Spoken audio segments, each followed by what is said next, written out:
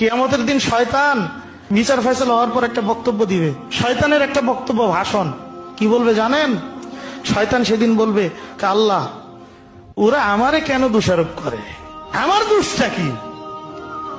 ওদেরকে আপনি নবী রাসূল পাঠাইলেন, ওদের কাছে আসমানি কিতাব দিলেন, কোনটা ভালো কোনটা মন্দ সব প্রশ্ন আউট করে দিলেন, ওদেরকে বিবেক দিলেন ভালো মন্দ চিন্তা করার। তা আমার অপরাধটা কি?